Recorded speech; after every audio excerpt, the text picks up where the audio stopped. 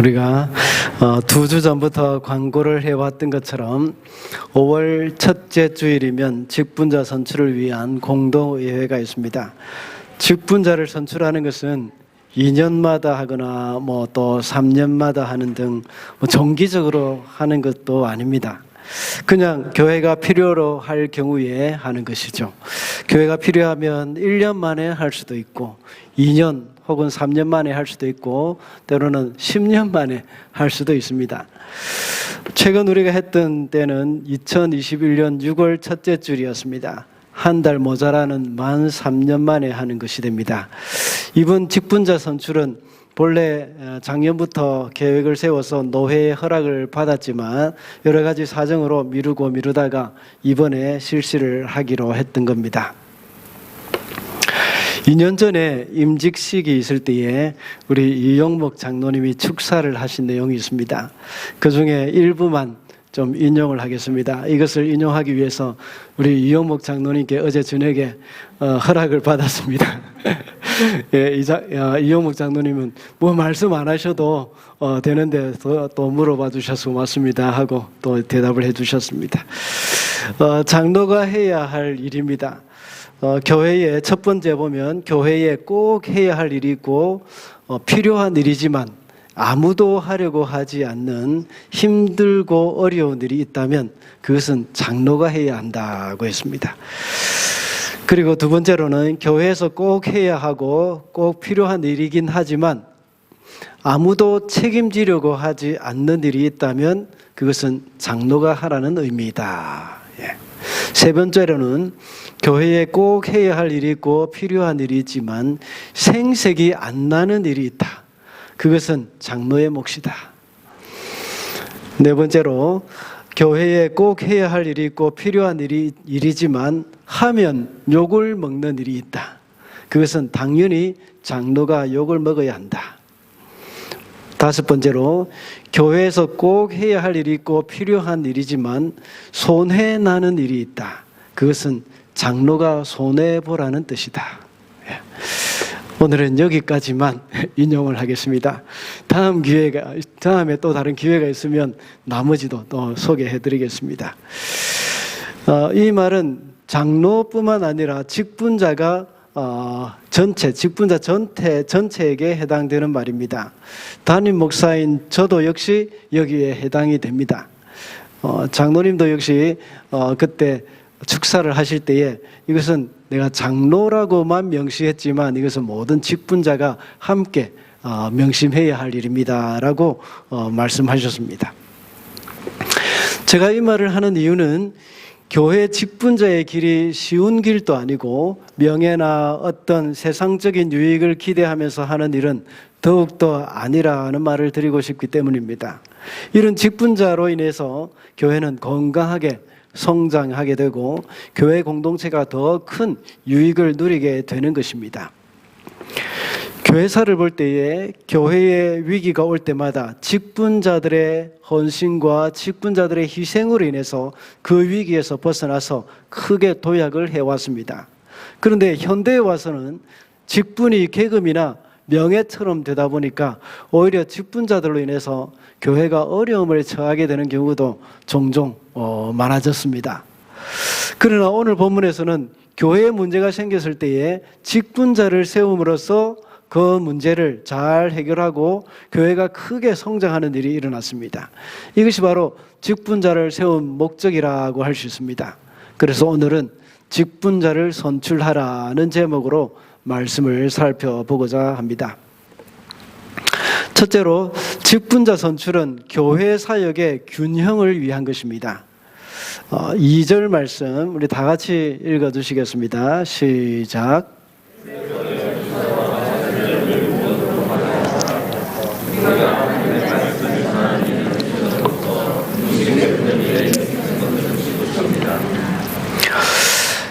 네. 오순절 이후로 예루살렘 교회는 크게 성장했죠. 믿는 자의 수가 날마다 더해졌습니다. 처음에 베드로의 설교로 남자만 3,000명이 돌아왔습니다. 그리고 두 번째로 설교했을 때는 남자만 5,000명이 회개를 하고 돌아왔습니다. 이것만 해도 숫자를 세어보면 계산해 보면 남자만 8,000명이 되는 겁니다. 여인까지 다 합한다면 최소한 16,000명에서 2만 명 정도는 되는 숫자입니다. 그 후에는 숫자를 계수하지도 않고 날마다 믿는 자의 수가 더했다고 이렇게 기록되어 있습니다. 그러므로 예루살렘 교회의 성도 수는 최소한 2만 명에서 3만 명 정도는 되었을 것입니다.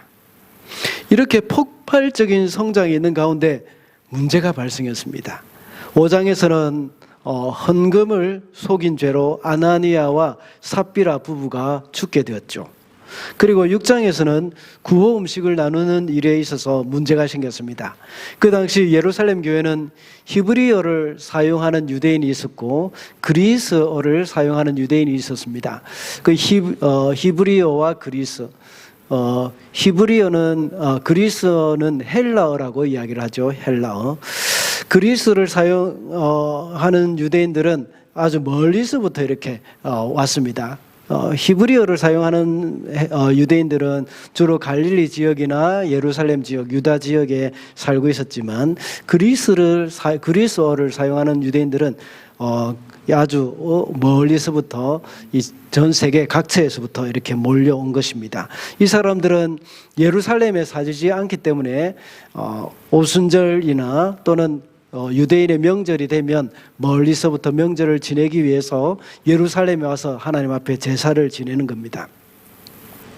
이 사람들은 주로 히브리어를 하지 않고 공용어인 그리스어를 사용하는 사람들입니다. 이 사람들이 오순절날 명절을 지내기 위해서 예루살렘에 왔다가 그때의 복음을 듣고 그때 어떤 일이 있었습니까? 크게 성령 강림의 역사가 있지 않았습니까? 그때 복음을 듣고 하나님 앞에 엎드려 예수 그리스도를 구주로 영접한 사람들입니다. 이 사람들이 여태까지 돌아가지 않고 이 예루살렘에서 지내면서 함께 신앙생활을 하고 있었던 것입니다. 히브리어를 사용하는 유대인들은 이럴 때에 구호 음식의 혜택을 잘 받았습니다. 그런데 멀리서 온 유대인들은 구호 음식을 받지 못하는 경우가 종종 있었습니다. 그러니 혜택을 받지 못하는 사람들은 원망하는 마음이 생깁니다. 똑같이 형편이 어려운 과부들인데 멀리 이방 땅에서 온 유대인 과부들은 빠지니까 그들은 굉장히 서운한 마음이 생기고 또 원망이 되어졌던 것입니다. 그러자 사도 바울이 사도들이 제자들을 불러놓고 구호 음식을 나눠주는 일을 맡은 사람을 뽑자 하고 제안을 합니다. 그리고 사도들은 전하는 말씀과 말씀 전하는 일과 기도하는 일에 이제 온전히 힘을 쏟겠다 하고 말을 하는 것이죠. 예루살렘 교회는 사도들이 말씀을 전하는 것과 또 다른 구제하는 사업까지 모두 다 맡아서 하게 되다 보니까 이렇게 문제가 생긴 것입니다. 사람은 수만 명이 되어서 할 일이 굉장히 많은데 실제적으로 일을 할 수 있는 사람은 사도들밖에 없었던 것입니다. 그러다 보니 자연히 이렇게 문제가 발생하는 것이죠. 사도들도 역시 구제하는 일이나 행정적인 일에 신경 쓰다 보니까 말씀을 전하는 일과 기도하는 일에 많이 소홀해졌던 것입니다. 그래서 그 일을 어느 한쪽에만 치우치지 않도록 하기 위해서 직분자를 뽑았던 것입니다. 사도들이 본래 해야 할 일은 말씀과 기도하는 사역인데 이 일을 할 수 없을 정도로 다른 일에 바쁘다는 것은 예루살렘 교회에 엄청난 손실이 되어진 것입니다.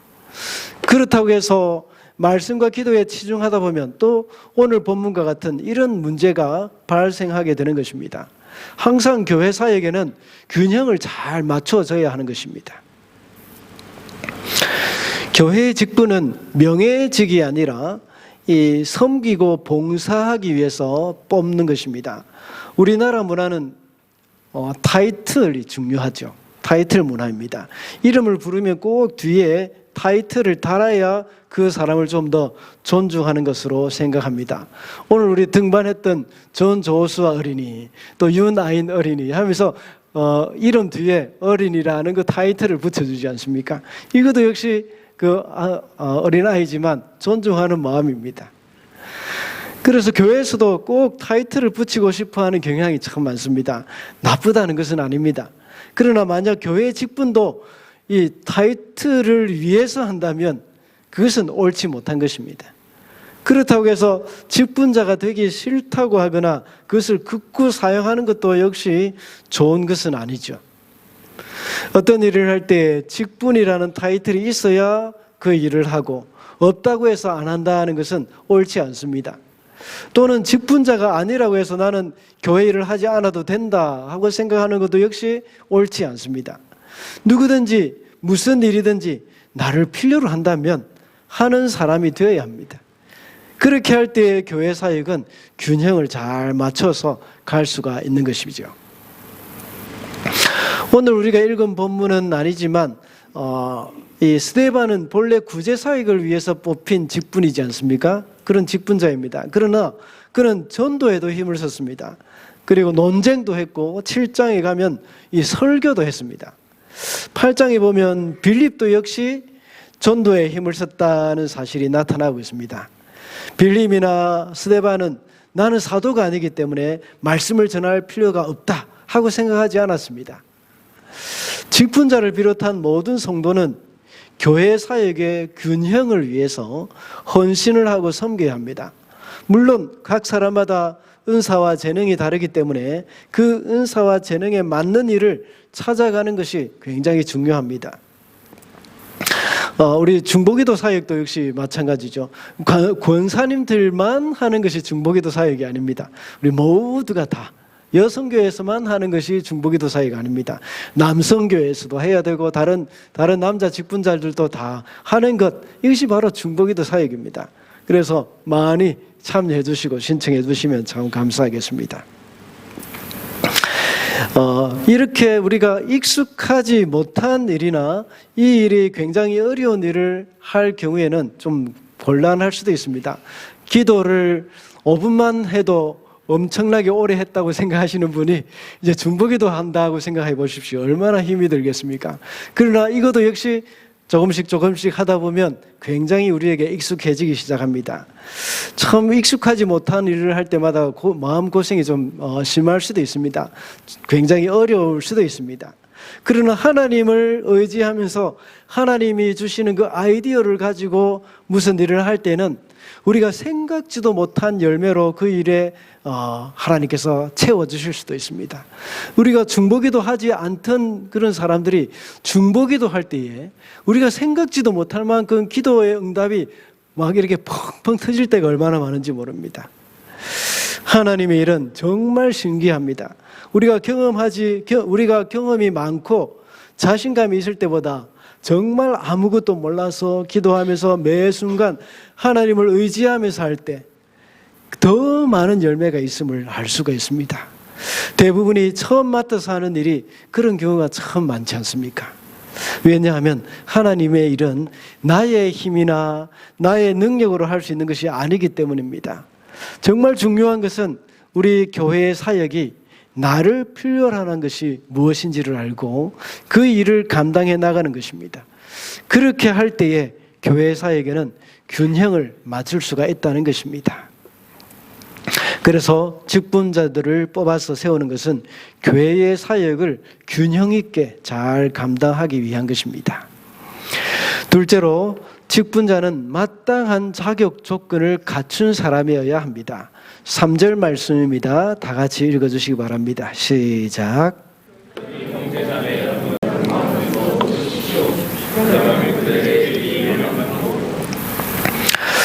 네, 방금 읽은 3절에서는 어떤 사람을 직분자로 뽑아야 하는데 어떤 사람, 어떤 조건이 갖춰져야 하는가 그것을 말씀하고 있습니다.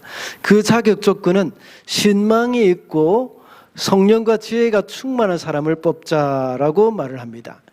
여기서 말하는 기준은 우리가 모두가 기준, 여기서 말하는 신망이 있고 지혜와 성령이 충만한 이것은 모두가 다 성품과 관련된 것입니다. 세상 사람들의 기준과는 완전히 다릅니다. 최근에 한국에서 국회의원 선거를 했지 않습니까?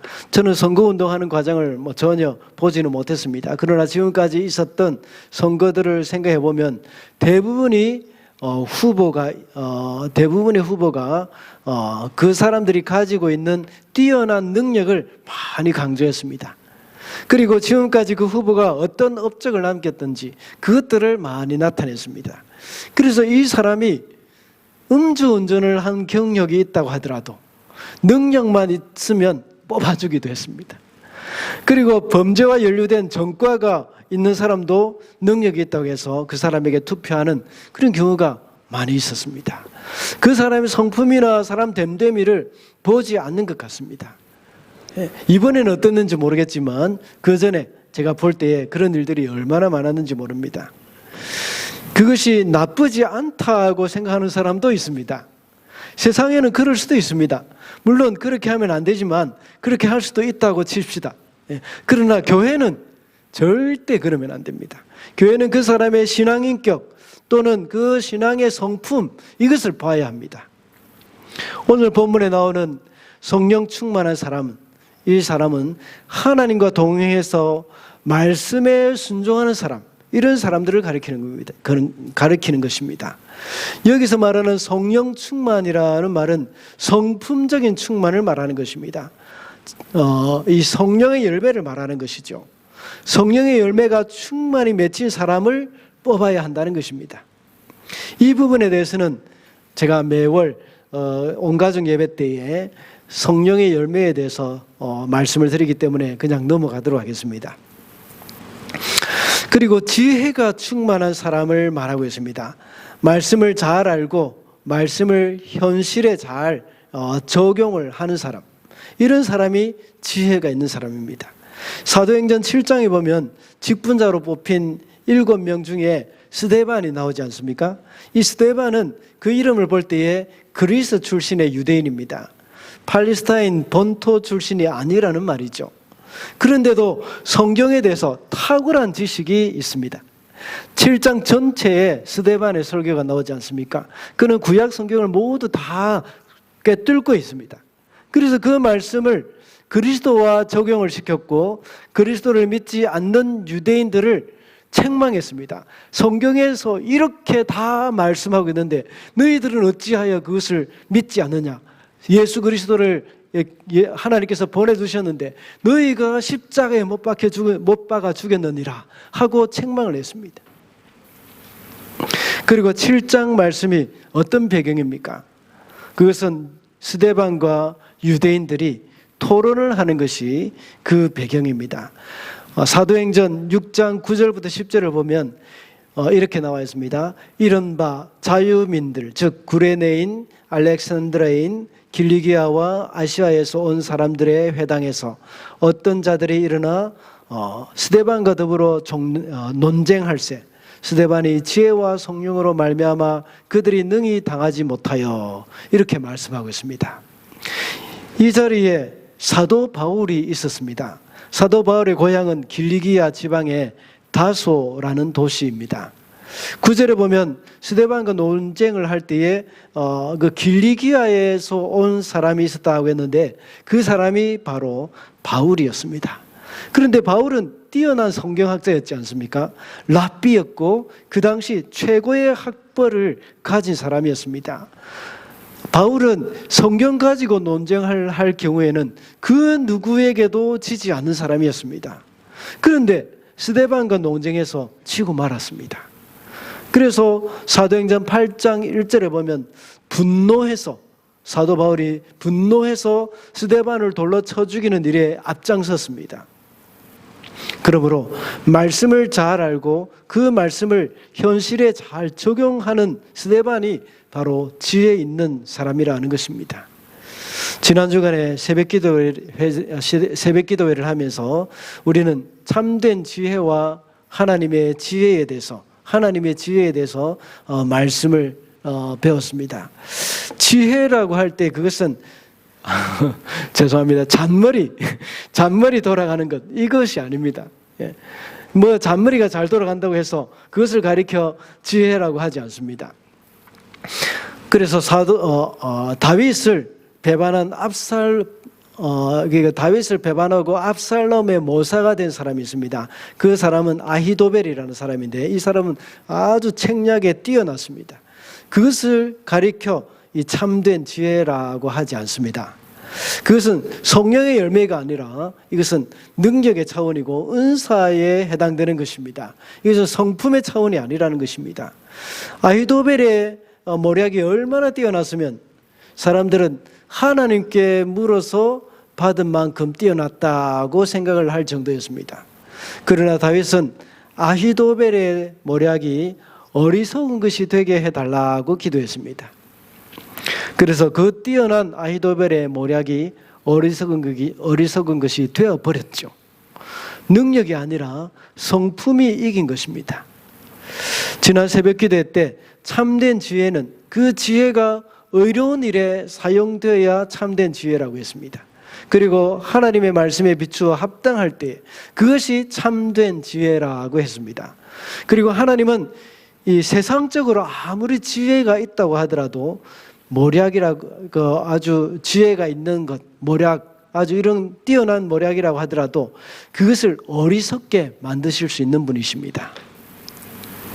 그리고 반대로 세상적으로 볼 때에 아무리 미련해 보이는 것이라고 해서 하나님은 그 미련한 것이라고 할지라도 하나님은 그것을 굉장히 지혜로운 것으로 만들 수 있습니다. 그러므로 하나님을 경외하고 하나님 편에 서는 사람이 바로 지혜로운 사람입니다. 그리고 의롭고 선한 일에 사용되어야 그것이 참된 지혜라고 할 수 있습니다. 오늘 본문에서도 스데반은 하나님의 편에 서 있는 사람으로서 지혜가 충만한 사람이었습니다. 그러나 거듭나기 전에 이 사울, 바울이 되기 전에 사울, 이 사람은 세상의 최고의 학문을 가진 사람이었지만 참된 지혜를 몰랐습니다. 그러나 나중에 주님을 영접한 후에 참된 지혜자가 되어서 말씀을 전파하기 위해서 세계를 돌아다녔습니다. 그리고 신약 성경의 많은 부분을 그가 직접 기록하는 아주 지혜로운 사람이 되어졌던 것입니다. 그리고 신망이 있고라고 말을 하고 있는데 이 말은 믿음과 충성이 검증되어서 평판이 좋은 성도, 이런 사람이 직분자가 되어야 한다는 말씀입니다. 이것은 교회에서뿐만 아니라 가정에서나 세상에서도 역시 사람들에게 좋은 평판을 받는 사람이라야 한다는 것이죠. 성도의 삶은 그 사람의 가정에서 우리가 잘 알 수 있습니다. 우리는 밖에서는 그 사람을 잘 모릅니다. 특히 교회에 오면 모두 너도 나도 다 거룩하기 때문에 알기가 어렵습니다. 그러나 그 사람이 가장 그 사람의 됨됨이를 가장 잘 알 수 있는 방법은 어떤 거겠습니까? 그 사람의 가정생활입니다. 그 사람이 가정에서 자신의 배우자, 그 사람의 남편, 그 사람의 아내, 그리고 자녀들에게 어떻게 하느냐에 따라서 그 사람의 됨됨이를 잘 알 수가 있습니다. 제가 한국에 있을 때 어느 권사님이 하시는 말씀을 들었는데 참 전적으로 동의할 수는 없지만 어느 정도 맞을 수도 있겠다 하는 생각이 들었습니다. 어떤 말인가 하면 시장바닥에 아무리 시장바닥에서 막대어 먹은 사람이라고 하더라도 자신의 부인에게 정말 친절하고 부드럽게 대하는 사람을 보면 존경스러운 마음이 든다라는 말입니다. 그만큼 자신의 가족에게는 함부로 대하기가 쉽다는 것이죠. 그러므로 가족들에게도 역시 신실한 사람으로 인정을 받아야 한다는 겁니다. 그리고 교회에서는 칭찬을 듣는 사람이지만 직장에서나 사회생활에서는 엉망인 경우가 많습니다. 그런 사람도 직분자로서는 곤란합니다. 또한 가정에서나 사회에서는 사람들에게 인정을 받는데 교회에서 인정을 못 받는 사람도 있습니다. 아주 힘든 일들이 있는데 또 어렵고 여러 가지 봉사해야 할 일들이 많이 있는데 그때마다 어디론가 사라져 버리는 사람들, 이런 경우에는 참 쉽지 않죠. 이런 분들은 이런 사람들은 당연히 교회에서 직분자로서 선출되기가 어려울 수밖에 없습니다. 왜냐하면 교회 안에서 그 사람들에게 그 사람을 인정해 주지 않기 때문에 그렇죠. 그러므로 직분자는 가정에서나 사회에서도 역시 평판이 좋아야 한다는 것을 우리는 기억을 해야 하겠습니다. 교회에서 직분자로서 일을 해야 하는 사람은 세상의 기준과는 다르다는 것을 알 수 있습니다. 세상의 기준으로는 사람을 택하는 그런 부분들이 오직 능력을 보고 그 사람의 학벌이나 겉모습만 보지만 우리는 하나님의 말씀이 기준이 되어야 한다는 것을 명심을 해야겠습니다. 마지막으로 직분자 선출은 교회 성장의 디딤돌입니다. 7절 말씀을 우리 다 같이 한 목소리로 읽어보겠습니다. 시작.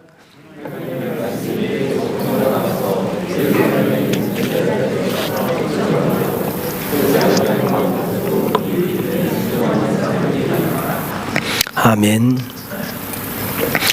개역개정 번역에서는 말씀이 점점 왕성하여 제자의 수가 더 심히 많아졌다라고 말하고 있습니다. 심지어 제사장들 중에서도 믿는 사람들이 많아졌습니다. 제사장들 중에서도 이 믿음에 순종하는 사람이 있었다는 것을 볼 때에 유대교의 핵심이 물러서 역시 예수를 믿게 되었다는 것들을 우리가 알 수가 있는 것이죠. 이것이 바로 직분자 선출의 결과입니다. 그러나 직분자만 선출하면 저절로 이런 결과가 나온다는 것은 아닙니다. 직분자가 자신이 맡은 일을 잘 감당할 때에 그렇게 할 수 있다는 것입니다. 실제로 오늘 본문에서 뽑힌 이 직분자들은 자신의 일을 잘 감당한 사람들의 모습이 나옵니다. 7장에서는 스데반의 예가 나와 있고 8장에서는 빌립의 예가 나옵니다. 특히 스데반은 복음을 전하다가 순교까지 한 사람입니다. 그 열매로 사도 바울이라는 위대한 사도가 나타나게 된 것이죠. 그러므로 직분자는 교회 성장의 디딤돌이 되도록 항상 힘을 써야 합니다.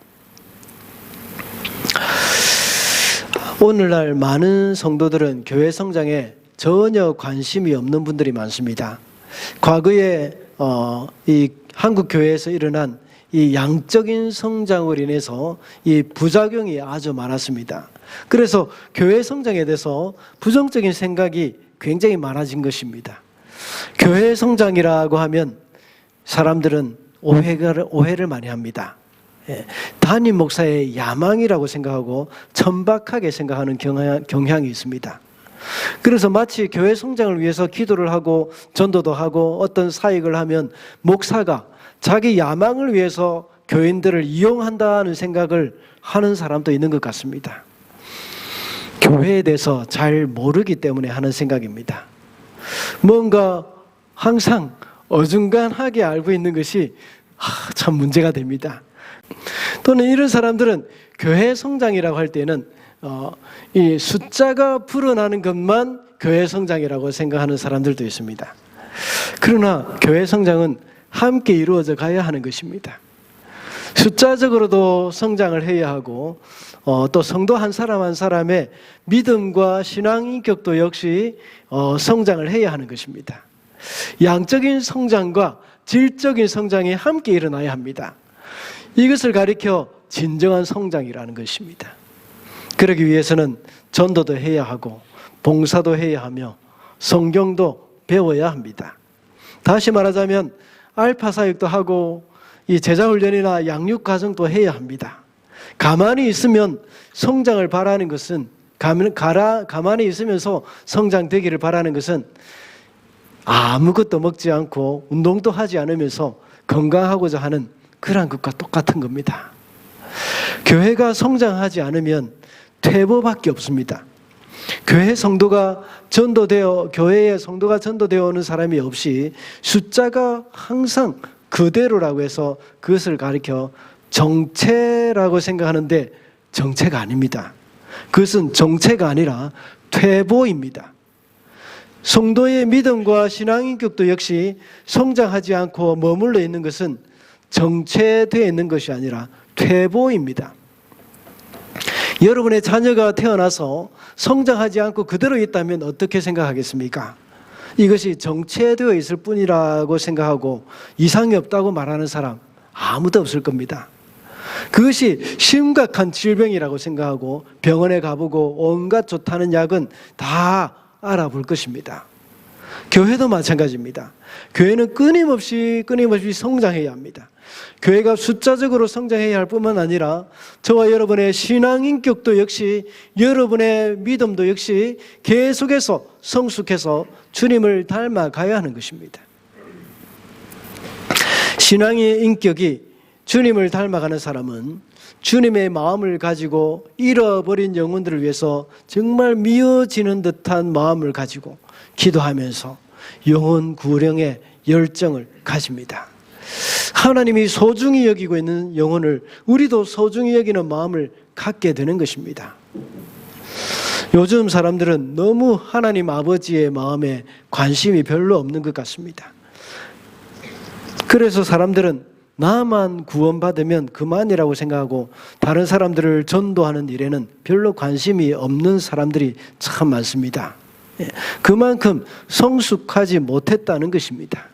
다른 사람의 취향을 존중해 주기 위해서 그 함부로 종교적인 이야기 하면 안 돼 하는 그 마음은 참 이해가 가지만, 그러나 그 전에 그 사람을 향한 하나님의 마음을 가지고 있는 사람들은 어떻게 해서든지 그 사람에게 복음을 전하고 주님의 사랑을 전하려고 노력을 할 것입니다. 때로는 그 노력이 우리가 좀 미성숙한 모습으로 나타날 수도 있습니다. 또 예의가 없다는 모습으로 나타날 수도 있습니다. 그러나 우리는 계속해서 이 일들을 행함으로 말미암아 좀 더 우리가 성숙한 모습으로 다가갈 수도 있고, 또 예의가 어떻게 하면 예의가 더 바르게, 예의를 더 바르게 해서 전도를 할 수 있는지, 이런 것도 역시 연구를 할 수 있습니다. 그리고 또 무엇보다도 중요한 것은 우리가 사랑으로, 삶으로 그들을 이 본을 보이면서 그들에게 전도를 하는 것이죠. 성숙한 자녀는 항상 부모의 마음을 생각하는 것처럼, 성숙한 성도는 하나님 아버지의 마음이 어디에 있는지 항상 관심이 있습니다. 그와 같이 직분자라면 주님의 몸된 교회가 질적인 성장과 양적인 성장에 대한 열망을 가져야 합니다. 직분자뿐만 아니라 성숙한 성도라면 교회의 성장에 대한 열정을 가져야 합니다. 오늘 본문 말씀에서는 교회에 문제가 생겼을 때에 직분자를 세움으로써 그 문제가 잘 해결이 되어지고 교회가 크게 성장하는 일이 일어났습니다. 그러나 요즘 많은 교회들을 보면 직분자들이 교회 성장의 디딤돌이 아니라 거침돌이 되는 경우가 많습니다. 직분자들이 자신의 임무를 잘 하지 않을 뿐만 아니라 문제를 일으키는 경우가 참 많이 있습니다. 그러다 보니 교회에 분란이 생기고 사람들은 교회를 떠나기도 합니다. 또한 당연히 전도의 문이 막히기도 합니다. 이것은 하나님 앞에 크게 책망받을 일입니다. 그러므로 직분자는 맡은 일을 잘 감당함으로써 교회 성장의 디딤돌이 되어야 한다는 것입니다. 우리 옆에 계시는 분들께 서로 격려하십시다. 교회 성장의 디딤돌이 되십시다 하고 옆에 계시는 분들에게 인사하십시다. 교회 성장의 디딤돌이 되시기 바랍니다. 말씀을 맺겠습니다. 오늘 본문에 나오는 직분자들 7명을 가리켜서 집사라고 말을 하는데, 사실 오늘 본문에서는 집사라는 말이 없습니다. 그러나 하는 일들이 대부분 집사들이 하는 일이었기 때문에 많은 학자들은 7 집사라고 했습니다. 그렇게 불러도 전혀 문제는 없습니다. 그러나 좀 더 일반적으로 생각하자면 집사에 한정짓기보다는 직분자라고 생각하는 것이 좋을 것 같습니다. 이 사람들은 구제의 일만 했던 것이 아니라 전도도 하고 논쟁도 하고 행정적인 일도 했습니다. 교회의 사역을 감당함에 있어서 집사뿐만 아니라 장로나 권사 뽑는 것도 역시 마찬가지입니다. 장로를 선출하고 집사와 권사를 선출하는 이유도 역시 교회 사역의 균형을 위한 것입니다. 그리고 이런 모든 직분자는 자격 조건이 갖추어져야 한다고 했습니다. 그리고 이렇게 직분자를 선출함으로써 교회 성장의 디딤돌이 되어야 한다는 것을 우리는 명심해야 하겠습니다. 그래서 이번 5월 5일에 있을 직분자 선출을 통해서도 역시 교회가 더욱더 건강하게 성장할 수 있는 기회가 되어야 하겠습니다. 기도하겠습니다.